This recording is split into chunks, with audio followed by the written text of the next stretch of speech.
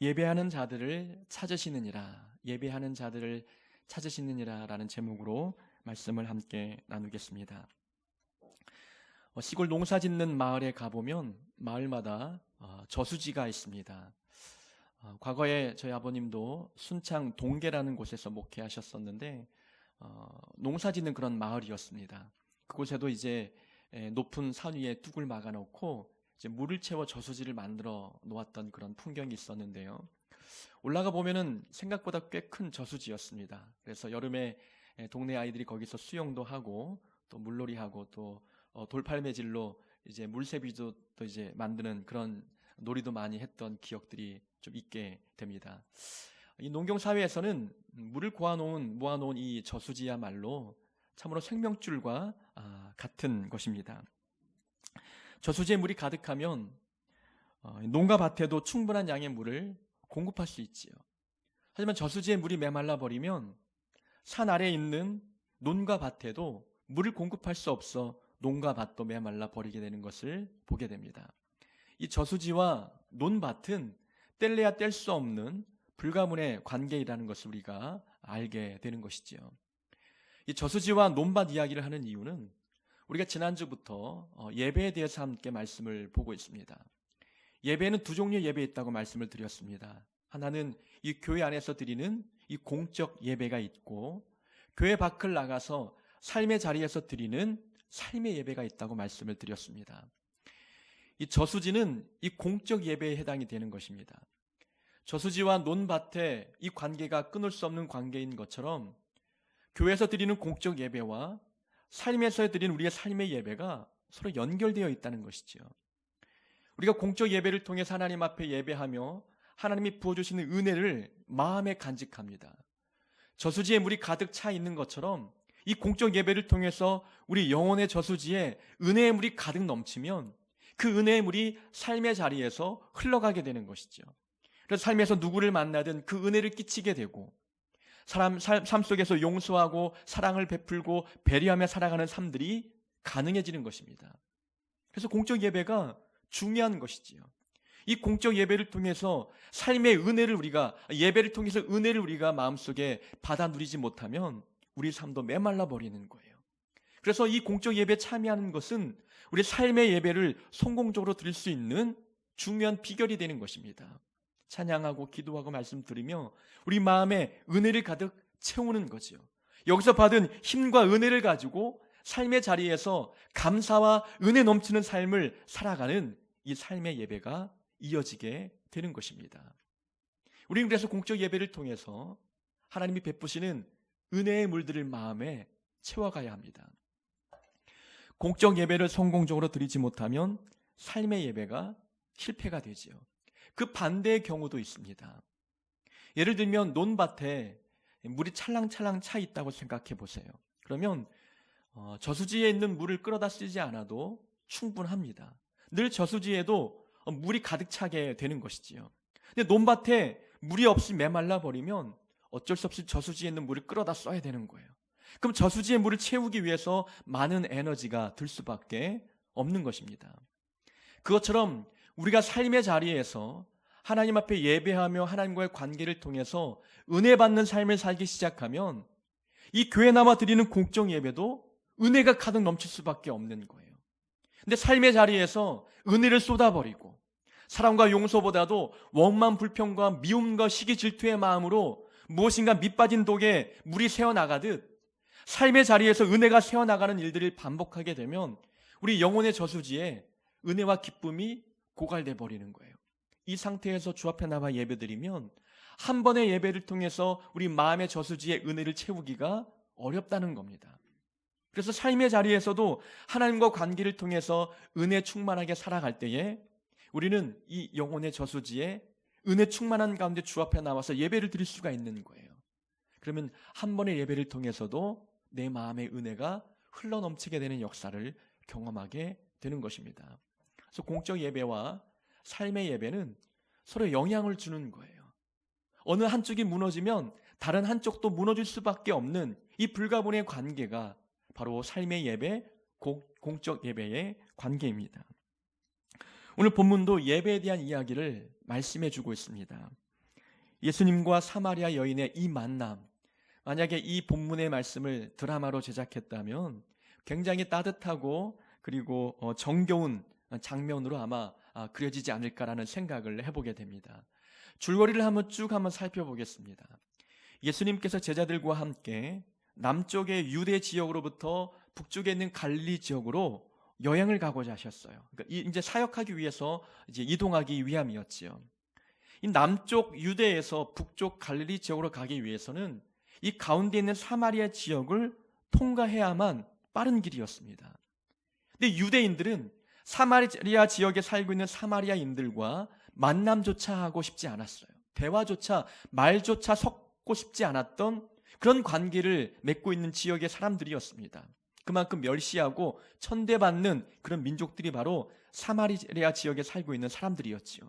그래서 북쪽에서 남쪽으로 내려오기 위해서 또는 남쪽에서 북쪽으로 올라가기 위해서 유대인들은 사마리아 지역을 통과하지 않고 동쪽편 오늘날의 요르단 지역으로 돌아서 우회해서 북과 남을 오가게 되었던 것이지요. 굉장히 먼 거리이지만 차라리 사마리아인들을 만날 바에 그런 경로로 가서 돌아가는 게 훨씬 낫다고 판단했던 것입니다. 우리가 전라도 지역에서 서울 경기 지역으로 가기 위해서는 충청도 지역을 통과해야 되는데 이제 경상도를 통해서 강원도로 해서 돌아서 서울로 가게 되는 이 엄청난 거리를 돌아가는 거예요. 이 유대인들이 사마리아 민족들을 싫어했던 이유는 역사적인 배경이 있습니다. 구약시대 때에는 이제 솔로몬 시대 이후로부터 이스라엘이 북쪽과 남쪽으로 갈라지게 되잖아요. 분단이 됩니다. 근데 이 북쪽은 이스라엘이라 불렀고 남쪽은 유다라고 불렀어요. 근데 이 북쪽 이스라엘은 남쪽보다 먼저 멸망을 당했는데 아수르라는 나라에 의해서 멸망을 당했어요. 이 아수르가 이 북이스라엘을 멸망시키고 난 뒤에 그 지역을 식민지화했습니다. 근데 보통 이 식민지 사람들을 통제하고 그들이 반란을 일으키지 않도록 하기 위해서는 그들의 민족성을 말살시키는 거예요. 그러기 위해서는 인구 혼합 정책을 사용하는 겁니다. 다른 민족들을 그 지역에 이주시켜서 혼합 결혼을 시키는 거죠. 피가 섞이는 겁니다. 그래서 사마리아인들은 혼혈인들이었어요. 정통 유대인들 입장에서 사마리아인들을 볼 때에는 피가 섞였기 때문에 더러워진 육체적으로 영혼적으로 부정한 사람이라고 하는 인식을 갖고 있었어요.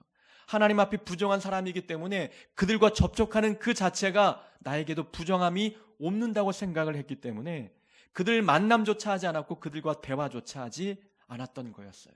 그런데 예수님은 오늘 본문에서 유대에서 북쪽 갈릴리 지역으로 옮겨가실 때에 사마리아 지역을 통과해 가셨어요. 아마 한 여인을 만나기 위한 예수님의 계획이었겠지요. 그 지역을 통과할 때에 힘들고 피곤하셔서 한 우물가에 앉아 쉬고 계셨습니다. 제자들은 먹을 양식을 구하기 위해서 마을로 내려갔고 예수님 홀로 우물가에 앉아 계셨어요. 그때 시간이 성경에 보니까 6시라고 되어 있습니다. 6시인데 오늘날로 말하면 낮 12시 정오를 의미합니다. 이 정오 시간대에 한 여인이 우물가에 물을 길러 나왔습니다. 예수님께서 여인에게 물을 달라 부탁하는 거예요. 내게 물 좀 주십시오라고 부탁하지요. 여인은 깜짝 놀랐습니다. 보니까 유대인인데 어찌 당신은 유대인인데 사마리아인 나에게 물을 달라 말을 건네십니까? 당신들 우리를 미워하고 싫어하는데 어찌 말을 거시나요? 라고 의아한 마음으로 묻는 거죠. 예수님이 말씀하기를 너에게 물을 달라 하는 자가 누구인지 너가 알았더라면 너가 나에게 물을 달라고 부탁했을 것이다. 의미심장한 말씀을 하는 거예요.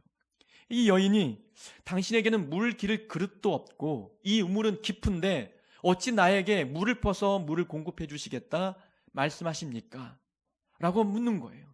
근데 예수님께서는 우물물에 대한 이야기가 아니라 또 다른 물에 대한 이야기를 하셨던 거죠. 말씀하기를 이 우물에서 퍼올린 물을 마시면 또다시 목마르려니와 내가 주는 물을 마시는 자에게는 영원히 목마르지 않을 것이다 라는 말씀을 하고 계시는 거예요. 아니 주님이 공급하시는 물을 마시면 목마르지 않는다니. 여인이 깜짝 놀랐습니다. 주님 나에게 그 물을 주셔서 다시는 목마르지 않도록 해주시고 그래서 이 우물가에 물을 기르러 나오지 아니하도록 도와달라고 이야기하는 겁니다.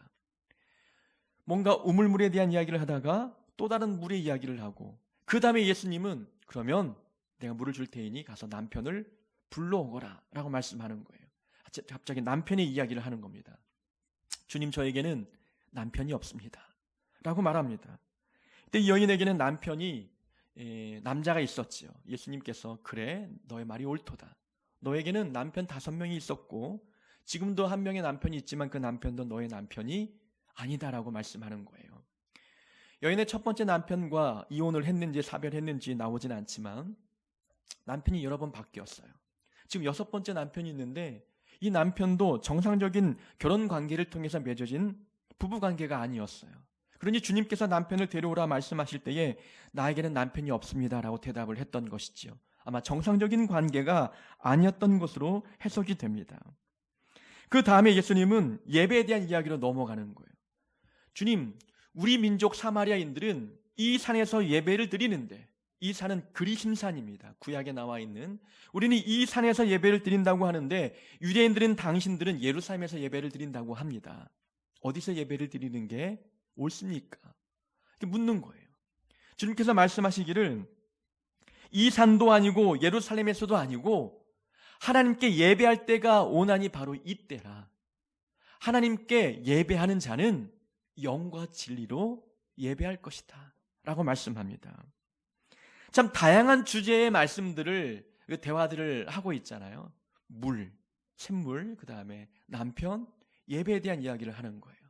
자, 먼저 우리가 예배에 대한 이야기를 먼저 한번 다루어 봅시다. 이 여인의 관심이 뭐였냐면 어디에서 예배를 드리는 게 옳은지에 대한 궁금증이었어요. 우리 민족은 구약 때부터 이 그리심산에서 예배를 드린다고 하는데 당신들은 예루살렘에서 예배를 드린다고 합니다. 어디에서 예배 드리는 것이 옳습니까? 여인의 관심은 장소였어요. 어디에서 예배하는 것이 옳으냐? 장소에 대한 궁금증을 갖고 물었습니다. 그런데 예수님의 대답은 장소가 중요한 게 아니다. 중요한 것은 어떻게 하나님을 예배하느냐, 이 부분이 중요하다고 말씀하는 거예요. 영과 진리로 예배하는 예배의 방법을 말씀해 주고 있습니다. 이 산에서도 말고 예루살렘에서도 말고 하나님께 예배할 때가 오나니 바로 지금이다. 지금 영과 진리로 예배하면 어디에서 예배를 드리든 하나님은 그 예배를 받으실 것이다 라고 말씀하시는 겁니다. 사람들의 관심은 예배 장소에 있습니다. 화려하고 웅장한 곳에서 예배하면 은혜가 된다고 생각을 하는 거예요. 그러나 하나님의 관심은 예배 장소에 있는 것이 아니라 어떻게 예배하느냐, 어떤 마음으로 예배 드리느냐, 삶의 자리든지 예배당 안에서든지 우리가 영과 진리로 하나님을 예배할 때 그 예배를 하나님이 받으시며 그런 예배를 드리는 자들을 찾으신다라고 말씀하고 계십니다. 영과 진리로 예배한다는 말, 이 영과 진리에 대한 다양한 해석들이 있지만 우선 영이라고 하는 것은 이 반대 의미를 생각해 보면 어떤 의미인지 압니다. 이 영의 반대 의미는 외형적인 걸 의미하는 거예요. 영은 안에 있고 이 반대는 외형적인 거잖아요. 그러니까 영으로 예배한다는 것은 외형적인 면을 강조해서 드리는 예배를 말하는 게 아닙니다. 간단히 말하면 형식적인 예배를 드리지 말라는 겁니다. 형식적인 예배, 외형이 치중된 예배, 겉으로만 드리는 그런 예배가 아니라 전심으로 중심으로 영으로 하나님을 예배하라고 말씀하고 계십니다. 진리로 예배한다.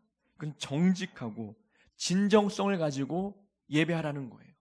종교적 열심만 가지고 예배 드리는 것이 아니라, 종교적 거칠의 식으로 예배하는 것이 아니라 마음을 다하여 정직하게 하나님이 알려주시는 방법대로 예배하라고 우리에게 가르쳐주고 계십니다. 가정에서, 직장에서, 내가 속해 있는 공동체 안에서, 교회 안에서 장소 불문하고 어디에 있든 하나님을 예배하고자 한다면 우리가 영과 진리로 예배하는 것이 옳다라고 주님이 말씀하고 계십니다. 공적인 예배도 그러한 마음으로 드려야 하고 삶의 자리에서 하나님 앞에 말씀에 순종하며 살아가는 그 삶의 내용 안에서도 영과 진리로 하나님을 예배하고 섬기는 모습이 중요함을 우리에게 말씀해 주고 계십니다. 예배를 통해서 받는 그 은혜는 웅장한, 화려한, 화음이 많이 섞여 있는 찬양대 찬양을 통해서 은혜가 임하는 게 아니에요. 하나님께서는 내 중심을 보시고 내가 마음을 열고 하나님 앞에 전심을 다하여 영과 진리로 나아갈 때에 그 안에 은혜를 부어주시는 것입니다. 심지어 어린아이의 찬양을 통해서도 하나님께서는 그 찬양을 받으시고 은혜를 공급하실 수 있는 분이신데, 겉모습, 화려한 장소, 이 부분이 하나님께는 중요하지 않음을 우리에게 말씀해 주고 계십니다. 자, 그렇다면 올 한 해 표어가 삶에 대한 예배에 대한 강조를 우리가 하고 있습니다. 지난주에도 삶의 예배에 대해서 사울왕을 통해서 배웠습니다. 그럼 사마리아 여인과 예수님의 대화를 통해서 우리가 삶에서 드리는 예배가 구체적으로 어떠한 삶을 말하는 것인지를 함께 살펴보고자 합니다. 자, 처음 이야기로 돌아가서 사마리아 여인과 예수님의 그 대화 내용.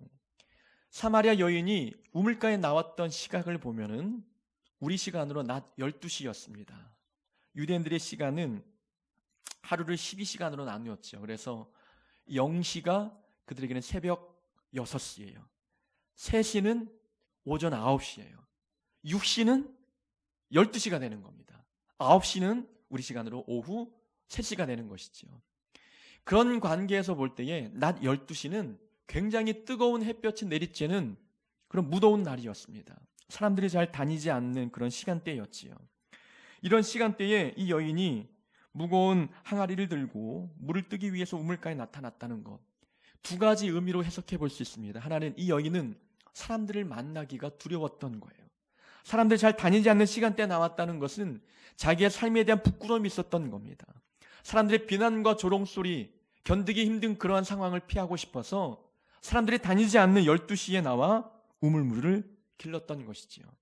이렇게 해석하는 내용이 있고, 또 한 가지는 날이 선선할 때까지, 그 시간대까지 기다리기가 너무 어려웠던 거예요. 목이 마르니까. 이 여인의 갈증이 얼마나 갈급한지를 보여주고 있는 겁니다.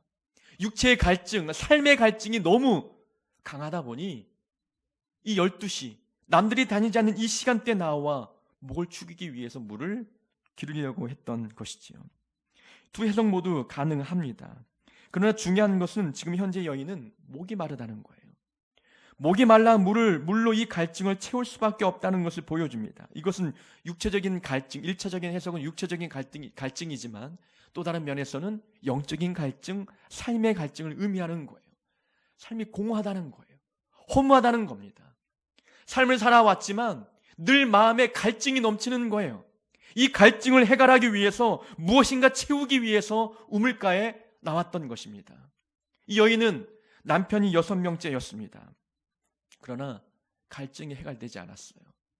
남편을 바꾸어 보면 이 삶의 공허함이 채워질 줄로 생각하여 남편을 수도 없이 많이 바꿔갔지만 여전히 이 갈증을 해결되지 않아서 또 다른 우물가에 나와 자기의 삶의 갈증을 채워보고자 했던 것입니다. 사마리아 여인은 삶의 공허함을 채우기 위해서 환경을 바꾸는 데 주력했어요. 남편을 바꾸고 환경을 바꾸는 겁니다. 사람을 바꾸어 보면 내 영혼이 채워지지 않을까, 기대감을 갖고 환경을 바꾸어 보았지만 여전히 그 갈급함은 채워지지 못했습니다. 우물가의 물을 아무리 마셔보아도 갈증이 해결되지 않는 거예요.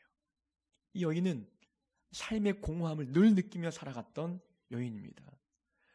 예수님께서 여인에게 말씀합니다. 이 우물물을 마시는 자마다 다시 목마르려니와. 자, 영적인 갈증, 삶의 갈증을 해결하기 위해서 세상에 많은 우물물을 찾아다녔어요. 주님이 말씀하기를 세상에 수많은 환경을 붙든다 할지라도 여전히 목마를 것이다 라는 겁니다. 남편을 바꾸고, 차를 바꾸고, 집을 바꾸고, 사람을 바꾸고, 환경을 바꾼다 할지라도 그 공허함은 절대로 채워지지 않을 것이다 라고 주님은 말씀하는 거예요. 이 물을 마시는 자마다 다시 목마르려니와. 한순간이라는 겁니다. 세상에서 채워지는 것들은 우리의 만족을 채우기에는 한순간인 거예요. 그러나 내가 주는 물을 마시는 자는 영원히 목마르지 아니하리니.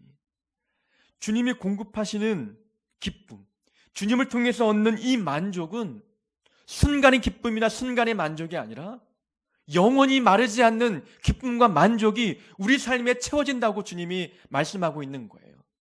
남편을 통해서 얻지 못하는 만족, 배우자를 통해서 채워지지 않는 공허함, 환경이나 물질을 통해서 얻을 수 없는 이 기쁨들, 하나님을 통해서 얻을 수 있다고 말씀하고 계십니다. 삶의 예배를 드리는 자는 골방에서 무릎 꿇고 기도하고 찬양하는 그런 예배를 말하는 것이 아니라 삶의 공허함을 느낄 때마다 하나님께 찾아가는 자들인 거예요. 환경을 통해서 이 공허함을 채우기 위해서 노력하는 자들이 아니라 하나님께 나아가는 겁니다. 하나님이 공급하시는 기쁨, 만족을 얻기 위해서 하나님께 이 갈증을 채워달라고 기도하는, 소원하는 그러한 자들이 바로 삶의 예배를 드리는 자들입니다. 우리는 삶을 살다 보면 기쁨이 사라지고 우울하고 외로울 때가 있습니다. 공허하고 갈급할 때. 뭔가 이 마음에 무엇인가 채워지지 않아서 이 마음의 빈 마음들을 채우기 위해서 사람을 만나고 무엇인가 옷도 사고 기쁨을 얻기 위해서 영화도 보고 하지만 그러나 이 채워지지 않는 무엇인가 있다는 거예요. 이것은 영적인 갈급함입니다. 이 영적인 갈급함은 하나님을 통해서 채우지 아니하면 결코 채울 수 없는 갈급함들입니다. 우리가 삶의 예배를 드리기 원한다면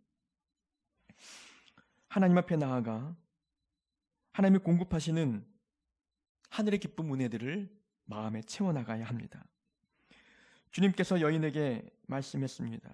너가 만일 하나님의 선물과 또 너에게 물을 달라는 자가 누구인지 알았더라면 너가 나에게 물을 달라고 원했을 것이다. 세상에서 다른 우물을 물을 찾아다녀서 갈증을 채우려고 해도 채워지지 않아. 그러나 하나님의 선물은 우리의 이 갈증을 채울 수 있는 선물을 갖고 계신 분이야. 그것은 나만이 줄 수 있어라고 주님이 말씀합니다. 그래서 내가 누구인지 알았더라면 나에게 그 물을 원했을 것이다 라고 말씀하는 것입니다. 오직 우리의 삶의 갈증은 주님만이 해결하실 수 있는 분이라는 것을 우리에게 말씀해 주고 계십니다. 이 하나님께 나아가 우리 삶의 공허함들을 채워나갈 수 있는 이런 모습을 보이는 것이야말로 삶의 예배를 드리는 자들의 모습입니다. 여인이 주님께 부탁합니다. 주님, 영원히 목마르지 않는 물을 내게 주옵소서. 그때 주님께서 그러면 가서 남편을 불러오라 라고 말씀합니다. 생뚱맞는 요구이죠. 아니, 물 얘기하다가 남편 이야기로 넘어갔습니다. 여인은 저에게는 남편이 없습니다. 이 남편이라는 이 대상은 여인에게는 부끄러운 과거, 또 상처가 기억되는 과거, 또 다른 면에서 죄의 과거입니다. 예수님은 주님께서 공급하시는 영원히 마르지 않는 하늘의 기쁨 만족을 얻도록 하기 위해서 여인으로 하여금 자기의 삶을 직면하도록 만듭니다. 삶을 돌아보도록 만드는 거예요. 지금 본인의 삶이 어떠한지를 들여다보라는 겁니다. 보기 싫은 자기의 과거입니다. 직면하기 어려운 상처가 있는 삶입니다.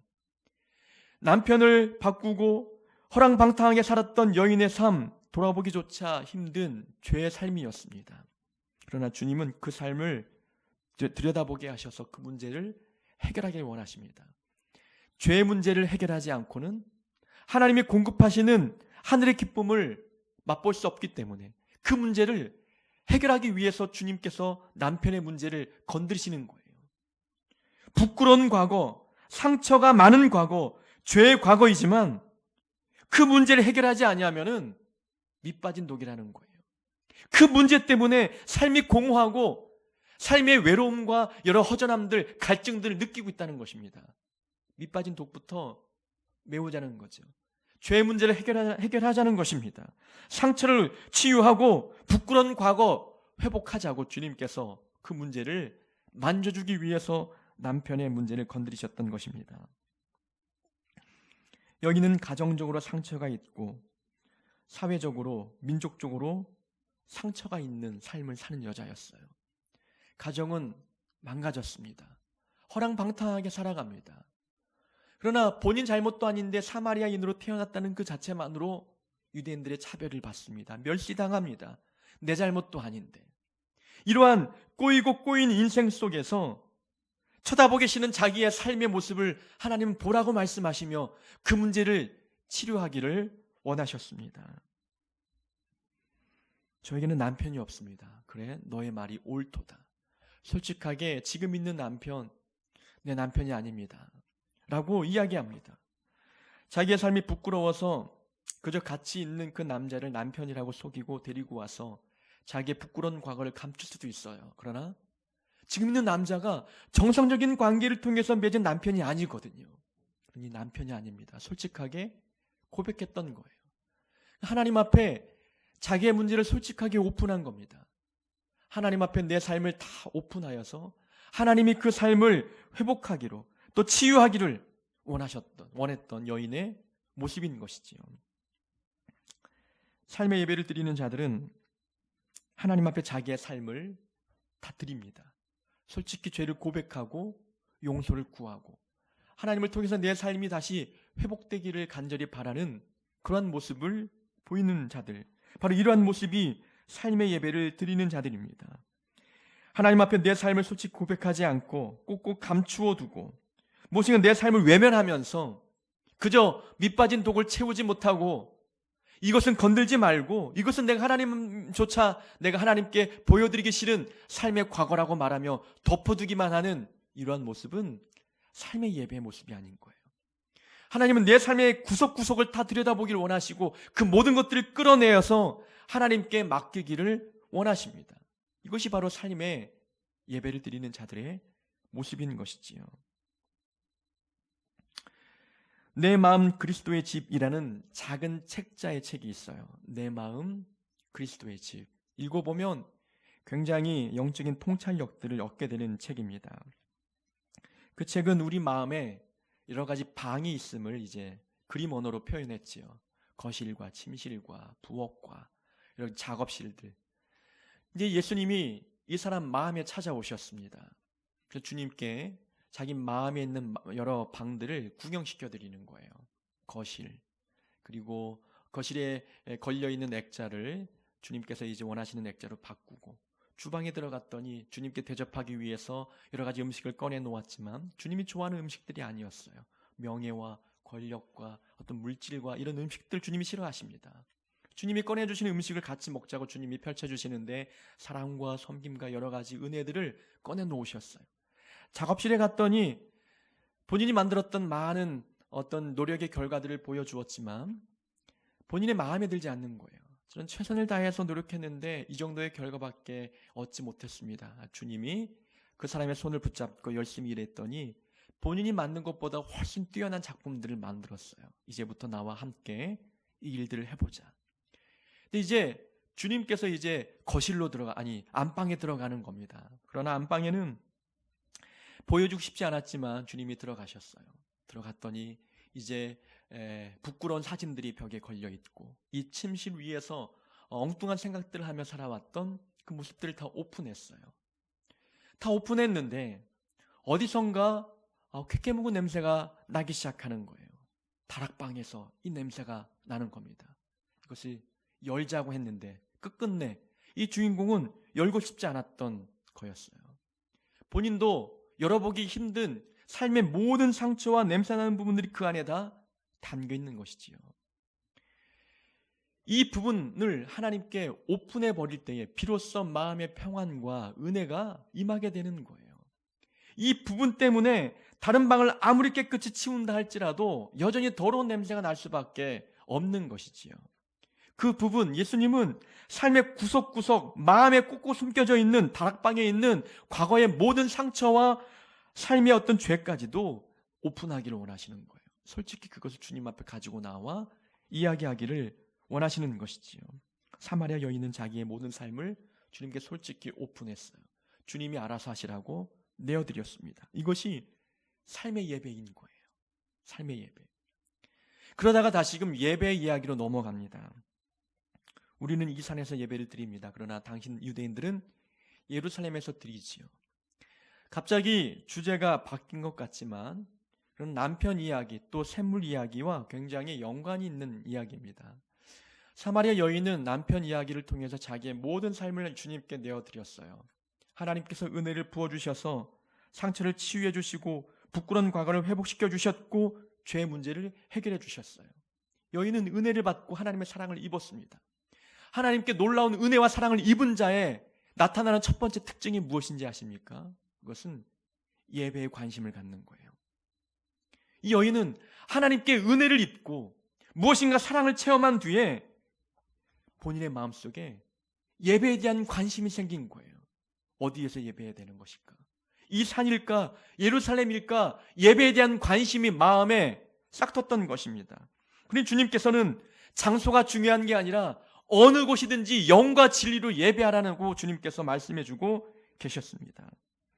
하나님께 은혜를 받은 사람들은 예배를 사모하는 마음이 생기는 거예요. 예배하고 싶은 마음이 생기는 겁니다. 하나님을 찾고 싶은 겁니다. 만나고 싶은 겁니다. 말씀을 듣고 싶고 찬양하고 싶은 마음이 마음속에 생기는 거예요. 이 모습이야말로 삶의 예배 아닙니까? 예배를 사모하는 마음으로 하루하루를 살아가는 거예요. 하나님을 만나고 싶은 마음으로 하루하루 살아가는 그 삶이야말로 삶의 예배입니다. 사도행전에 보면은 안진뱅이 이야기가 나옵니다. 성전 미문이라는 작은 문에 앉아있던 안진뱅이. 이 안진뱅이가 구걸하며 살아가는데 베드로와 요한이 성전에 들어가다가 이 안진뱅이를 발견했어요. 나에게는 은과 금은 없지만 내게 있는 것 곧 나사렛 예수의 이름을 너에게 주노니 그 이름으로 일어나 걸어라 명령했더니 걷고 뛰었어요.